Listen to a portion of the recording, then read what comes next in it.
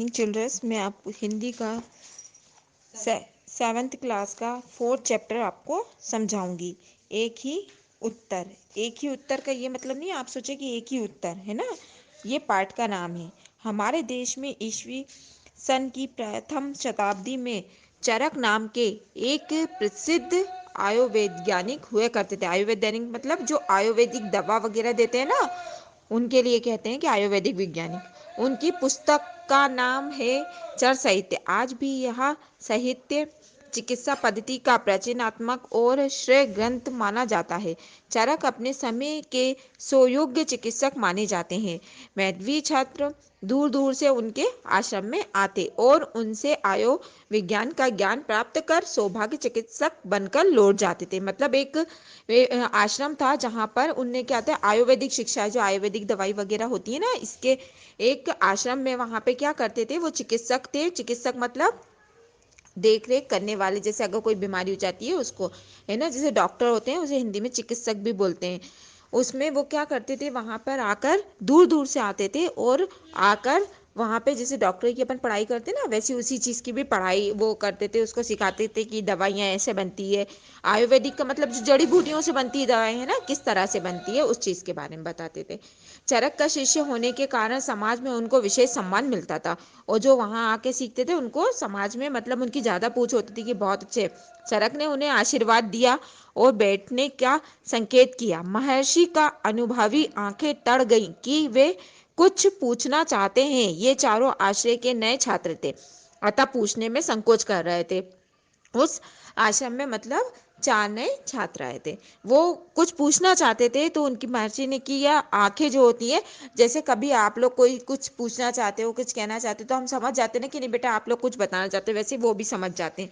महर्षि ने प्यार भरे स्वर में पूछा, क्या बात है, तुम लोग क्या पूछना चाहते हो। चारों शिष्य कुछ थोड़ा संकल्प लाए और फिर उन दोनों ने एक दूसरे को पूछने का संकेत करने लगे। वो बोलने लगे आप पूछो, वो बोलने लगे आप पूछो, इस तरह से। चरक ने फिर कहा, अध्यापक चिकित्सक से कोई बात छिपाई नहीं जाती है। मैं तुम्हारा आचार्य भी हूँ और चिकित्सक भी हूँ, अतः निसंकोच मुझे कहो। आचार्य मतलब जो पढ़ाने वाले हैं ना, जो शिक्षक होते हैं, उन्हें कहते हैं मैं आपका आचार्य भी हूँ और क्या हूँ, आपका चिकित्सक मतलब आपका इलाज करने वाला भी हूँ।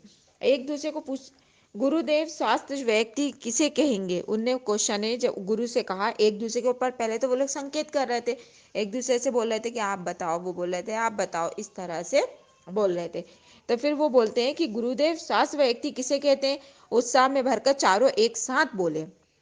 आचार्य के मुख पर मुस्कान की हल्की रेखा उभरी। फिर गंभीर स्वर में उन्होंने कहा, इस प्रश्न का उत्तर पहले स्वयं ज्ञात करें।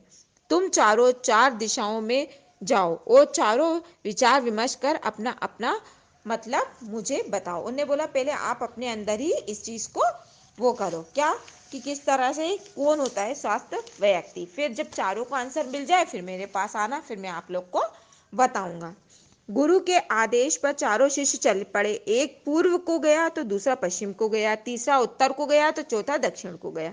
पहला शिष्य संध्या के समय एक गांव में चौपाल पर पहुंचा।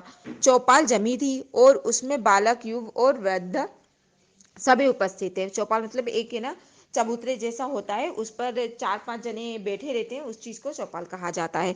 तो वो क्या था, वहां पर बालक भी बैठे थे, वृद्ध इंसान, बूढ़े लोग भी बैठे थे और जवान लोग भी बैठे थे। उनसे अपना परिचय मुखिया को दिया और लोगों से पूछा, भाइयों आपकी दृष्टि से सास व्यक्ति कौन है। चौपाल के लोगों ने एक स्वर से कहा, सास व्यक्ति वही है जो कठोर काम करके अपने जीविका चलाता है। मतलब स्वास्थ्य व्यक्ति कौन होता है, जो कठोर परिश्रम करता है, वही स्वास्थ्य व्यक्ति होता है। गहरी नींद आती है और कोई बीमार भी नहीं पड़ता।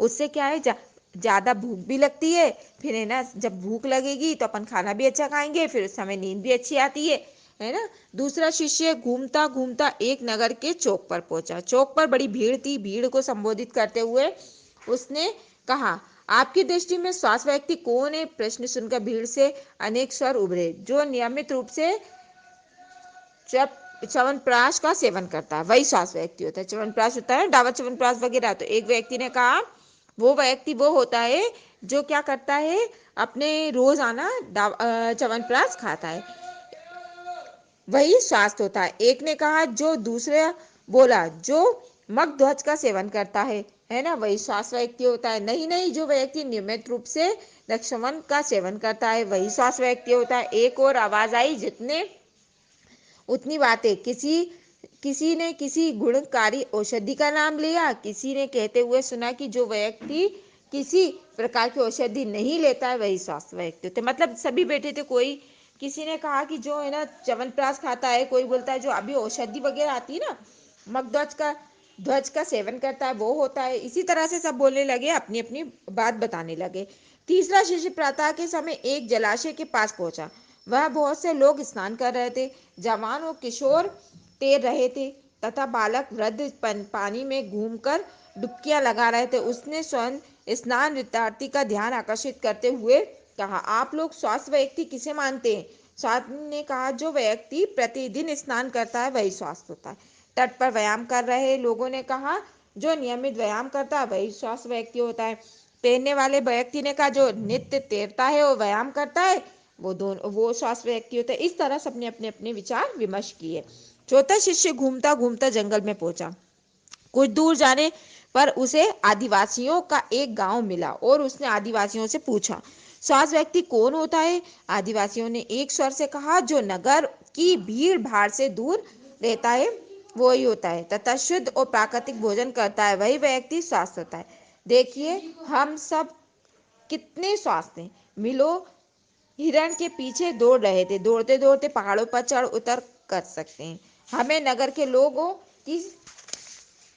के लोगों की तरह कोई भी दवा खानी नहीं पड़ती। मतलब इस तरह से सभी ने अलग अलग अपने अपने बताया। फिर वो बोलते हैं कि है ना, क्या होता है, दवा खानी पड़ती है उसके बारे में बताता, और ना ही बुढ़ापे में हमें दूर की चीजें देखने में कोई परेशानी होती है। चारों शिष्य अपने अपने विचारों के साथ अपने गुरु के पास पहुंचे। उन्होंने चरण स्पर्श कर बारी बारी से अपने अनुभव सुनाए गया, जिज्ञासा की वे किसको सही माने। महर्षि चरक ने कहा कि तो तब किसे श्वास मानते हो? अब चारों बैठ गए, फिर चारों में से पूछते हैं कि आप किसे श्वास मानते हैं, वो बताइए हमें। गुरुदेव, कठोर परिश्रम ही स्वास्थ्य रहता है। पहले से कहा, मैंने आंखों से देखा है कि लोग च्यवनप्राश, मगध्वज और स्वास्थ्यवर्धक औषधियों का सेवन से स्वस्थ रहते हैं। दूसरा बोला, गुरुदेव, मुझे तो लगता है कि नियमित रूप से श्वास लेने वाला व्यक्ति जो व्यायाम नित्य करता है। तीसरा बोला, प्राकृतिक जीवन ही सत्कार है। शहर से दूर प्रकृति की गोद में रहने वाले ही स्वस्थ व्यक्ति होते। चौथा शिष्य ने कहा, एक प्रश्न के चार उत्तर सुनकर महर्षि चरक कुछ मुस्कुराए और फिर कहने लगे, तुम लोग ठीक कहते हो, परंतु एक प्रश्न के चार उत्तर कैसे हो सकते हैं? शिष्यों ने कहा, चार नहीं एक, ये दृष्टिकोण मिलकर तुम्हारे प्रकाश पर डाल रहा है, तुम्हारे प्रश्न का उत्तर बन जाता है। स्वास्थ्य वातावरण में कठोर परिश्रम करके रोटी खाने वाला व्यक्ति निश्चित रूप से स्वस्थ होता है। शरीर को स्वस्थ एवं शक्तिशाली बनाए रखने के लिए पौष्टिक आहार की जरूरत होती है, स्वस्थ हवा की जरूरत होती है, स्वस्थ पानी की आवश्यकता होती है, नित्य व्यायाम और शरीर गति मजबूत बनता है। खेल कूद के मनोरंजन से होता है, स्फूर्ति से होता है, योगिक क्रियाओं को सही ढंग से करने से होता है, दीर्घ आयु बनता है। तब औषधि सेवन स्वास्थ्य के लिए आवश्यक नहीं होता है। एक शिष्य ने पूछा। चरक बोले, क्यों नहीं? जब कोई बीमार पड़ता है तो अथवा दुर्लभ हो जाता है तो वह अपनी बीमारी और दुर्लभता के दूर करने के लिए औषधि का उपयोग क्यों करता है, परंतु अपने पेट को औषधि का भंडार ना बनाए। औषधि तो एक ऐसी सीमा तक ही लोगों की सहायता करती है। ये सुनकर चारों शिष्य के चेहरे पर प्रसन्नता से चमक उठे। उन्होंने अपने प्रश्न का उत्तर मिल गया। इस पाठ में आपको किस प्रकार की शिक्षा मिलती है? ये आरती शर्मा द्वारा रचित है। इससे आपको क्या शिक्षा मिली? पाठ 4 मैंने आपको अभी पढ़ाया ना, एक ही उत्तर है। इसमें हमें ये शिक्षा मिलती है कि प्रस्तुत पाठ का उपदेश मनुष्य के जीवन में स्वास्थ्य का बड़ा महत्व है। स्वास्थ्य मतलब हमें नित्य व्यायाम करना चाहिए, है ना, नित्य नहाना चाहिए, नित्य स्वच्छ कपड़े पहनना चाहिए और अच्छे से अच्छा भोजन करना चाहिए, ताकि हमें क्या हो, उससे हमें कोई बीमारी ना हो। तथा स्वास्थ्य शरीर का मानव जीवन में कितना महत्व है, यही इस पाठ को बताया गया है।